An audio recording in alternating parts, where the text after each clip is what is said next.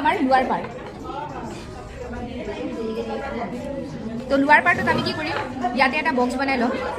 আমি যেহেতু প্লেট দিছোঁ কি আহিব আমাৰ প্লেট বনাব লাগিব ন প্লেটছৰ কাৰণে আমি কি কৰিম একৰ্ডিং টু ক্লথ কাপোৰ ল'ব লাগিব ঠিক আছে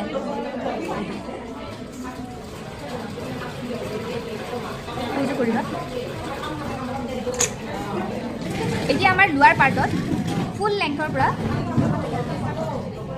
বডি লেংথটো মাইনাছ হৈ যাব হয়নে তাৰপিছত এক্সট্ৰা ষ্টিচিং টুল ল'ব লাগিব হা আৰু ইয়াৰ যোনটো কাপোৰ কিমান বহল ল'ম ন কাপোৰ কিমান আমি ঘেৰৰ কাৰণে ল'ব লাগিব দেন কি হ'ব আমাৰ যিমান কাপোৰ থাকে মানে একৰ্ডিং টু ক্লথ হ'ব আমাৰ কাপোৰত যিমান বহল থাকিব সেই হিচাপত আমি কাপোৰৰ বহলটো ল'ব লাগিব ঠিক আছে বুজি পাইছা একৰ্ডিং টু ক্লথ হ'ল আমাৰ কুচিৰ কাৰণে প্লেটছৰ কাৰণে কাপোৰ